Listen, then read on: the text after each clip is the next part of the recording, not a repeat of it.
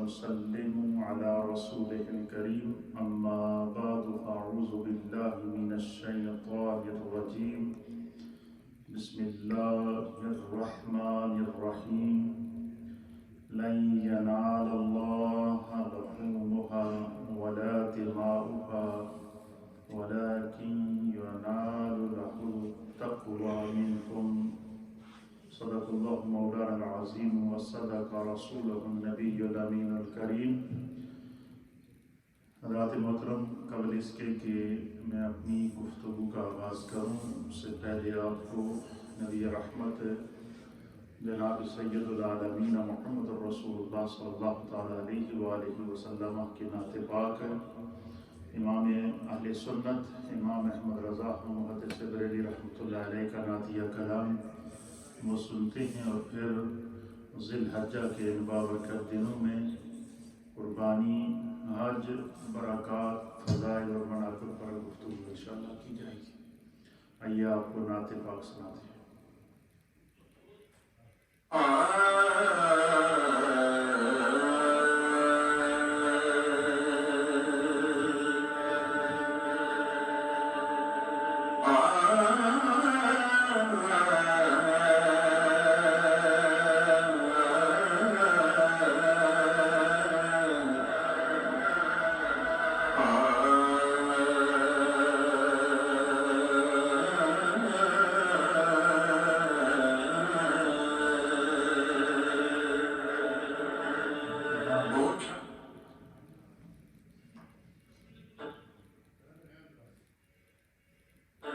اٹھا دو پردہ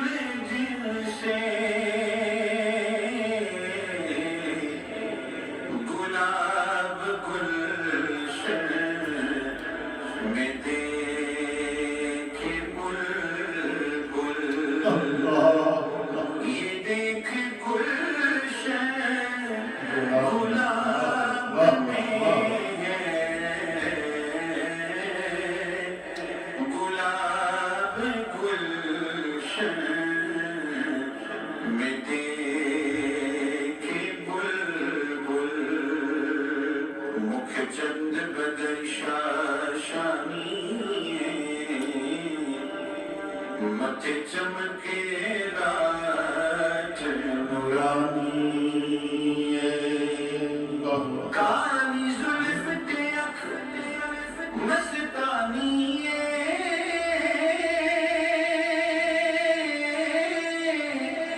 کالی زلف تے اکھ مستانی مخمور اکھیں میں مدبریاں گلاب گلشن میں دیکھے بلبل اس صورت نو میں جانا کھا کے جانے جہانا کھا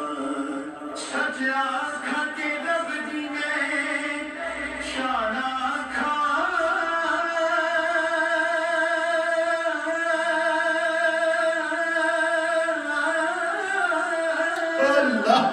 سچ آکھا کے رب دی میں شانا کھا جس شان تو شانہ سب بڑیاں